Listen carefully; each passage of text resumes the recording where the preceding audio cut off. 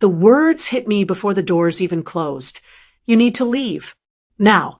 My parents' tone was sharp, final, and terrifyingly calm, leaving no room for discussion. I had expected conflict with my sister, certainly, but I had never imagined that her tantrum, her loud, petulant demands, would result in me being kicked out of my own home. My stomach twisted with a mixture of disbelief and hurt as I realized the situation's gravity. This wasn't a fleeting argument. This was a deliberate decision, made solely to appease her whims. I packed my essentials quietly, avoiding eye contact with my parents, who seemed almost relieved at my compliance. My sister, meanwhile, hovered nearby, her expression smug and triumphant, clearly satisfied that her outburst had achieved its desired effect. She didn't even glance at me, as if acknowledging my presence was beneath her, as if the house, the family, and the life I had known belonged only to her now. Outside, the world seemed indifferent to my displacement, the evening air carrying a chill that mirrored the emptiness I felt. I could have reacted, yelled, pleaded, demanded answers, but I didn't. I had learned the hard way that surrendering to anger or despair only reinforced the power of others. Instead, I moved quietly, deliberately, holding my dignity close. Every step away from that house was a small reclamation of control, a silent declaration that my life and my worth were not defined by tantrums, favoritism, or arbitrary authority. If you enjoy my content, please subscribe. Your one tap truly motivates me to keep creating for you. As I walked away, I replayed every memory of being overlooked, dismissed, or underestimated within those walls. I realized that this act, cruel and sudden as it was, might have been the catalyst I needed. The years of being undervalued, overshadowed, and undermined had prepared me for this moment. I understood then that leaving quietly was not defeat. It was strategy. It was the first step in reclaiming my independence, my sense of self, and my future. The house receded behind me, and with it, the weight of their judgment and favoritism. I carried nothing but the essentials, but internally, I held a growing resolve. Their decision to prioritize my sister's tantrum over my presence could have shattered me, but instead, it fueled clarity, determination, and a quiet strength I hadn't fully realized I possessed.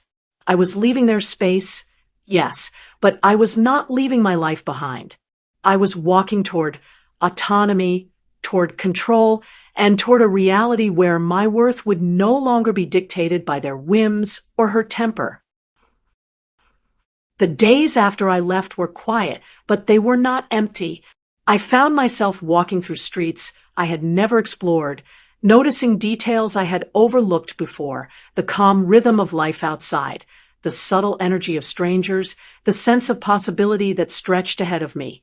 I had been forced out, yes, but in that forced departure lay freedom I hadn't expected.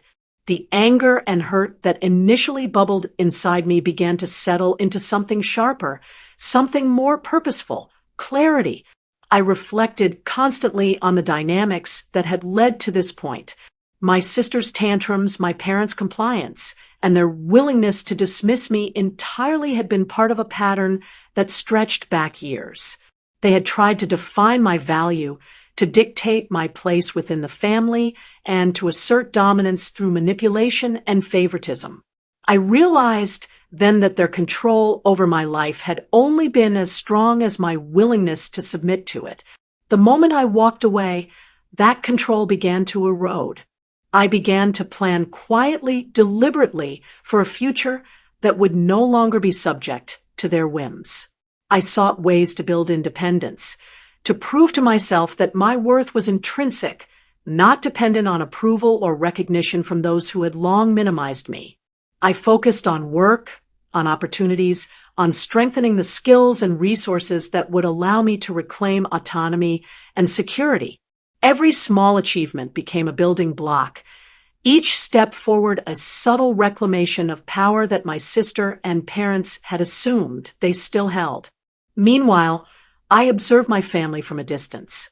I noted the subtle changes in their behavior, the tension that arose when my absence became apparent, the faint glances toward the empty spaces I had once occupied. My sister's tantrums could no longer dictate the narrative of my life, and her attempts to assert dominance began to falter. I realized that their power was fragile, dependent entirely on my continued compliance, and now that I had removed myself from the equation, I could act without interference.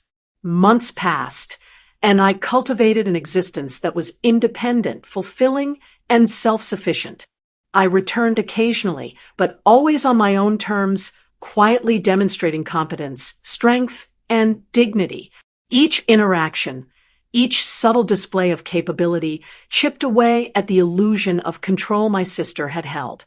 She had expected me to struggle, to plead, or to be diminished by her tantrums, but I had quietly rewritten the rules. I had shown that my life, my accomplishments, and my worth were not contingent upon her approval or my parents' favoritism. The turning point arrived during a family gathering months later.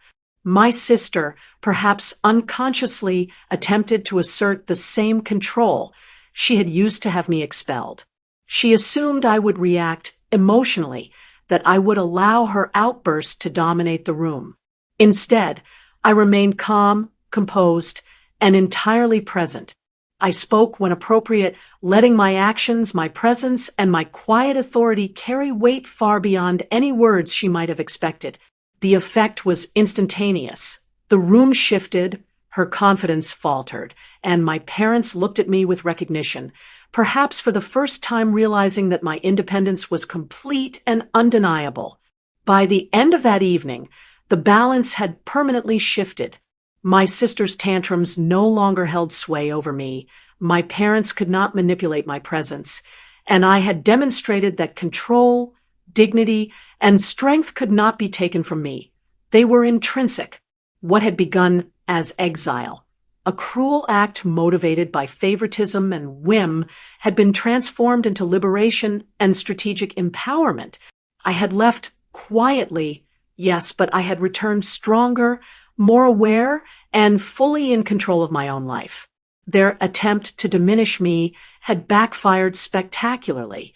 In removing myself from their immediate sphere of influence, I had gained a clarity, autonomy, and resilience that would remain unshakable. I realized that leaving had never been defeat. It had been the first step toward reclaiming my power and defining my worth on my own terms. When I returned months later, it was on my own terms.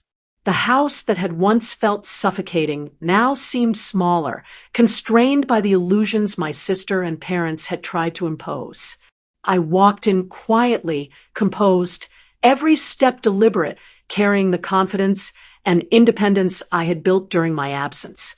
My sister, expecting the same compliance as before, froze. Her tantrums no longer held sway. Her attempts at dominance faltered before the calm authority I now radiated.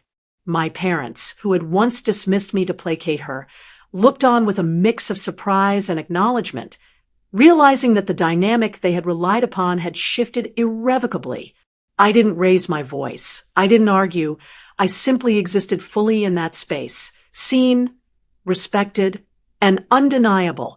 My quiet strength had turned their attempts at control into evidence of my resilience. The lessons I had learned during my exile, patience, observation, and deliberate action, had transformed humiliation into empowerment.